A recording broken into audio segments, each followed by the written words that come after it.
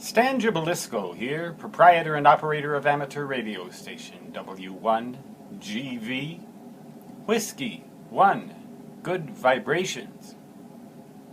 I would like to commend and compliment ARRL headquarters for their new format of QST magazine, starting with the January 2018 issue.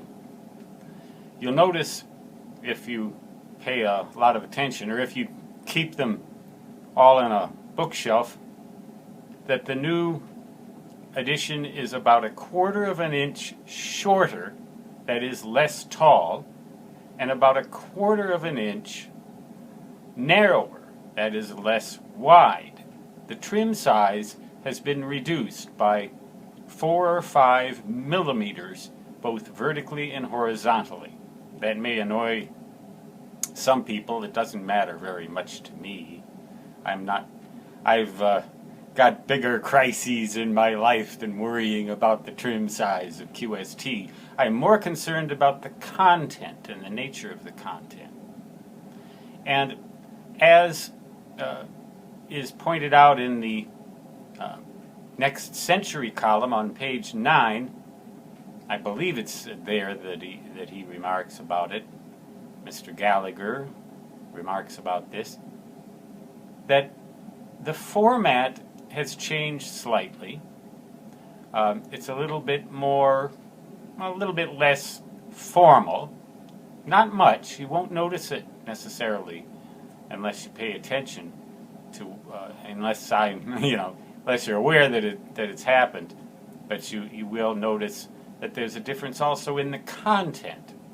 A little more basic, a little more down to earth, as it were, a little more practical, less highfalutin theoretical stuff, IEEE type stuff, and more stuff for the average, for the practicing, practical ham radio operator. In any case, I've always been a fan of QST. I've written a few articles for them in the past, quite distant past now. I worked at ARRL headquarters for about most of 1977, all of 1978, and about the first 4 or 5 months of 1979.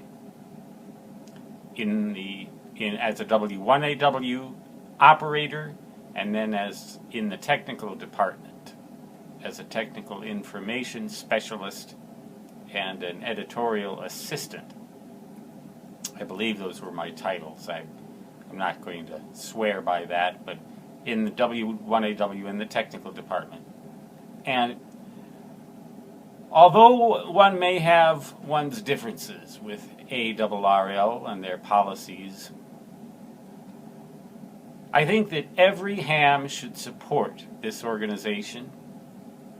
There's also an article in this particular issue, the January 2018 issue, regarding the restoration of amateur radio operation in Costa Rica, which just about disappeared, just about became completely obsolete and illegal in that country.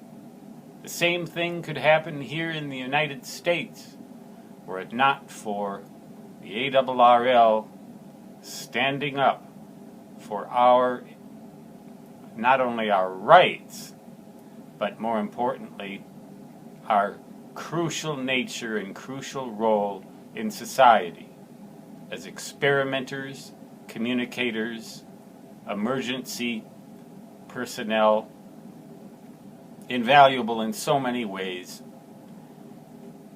An annual membership to that organization is well worth the price, and if you're young enough, a life membership is well worth the price.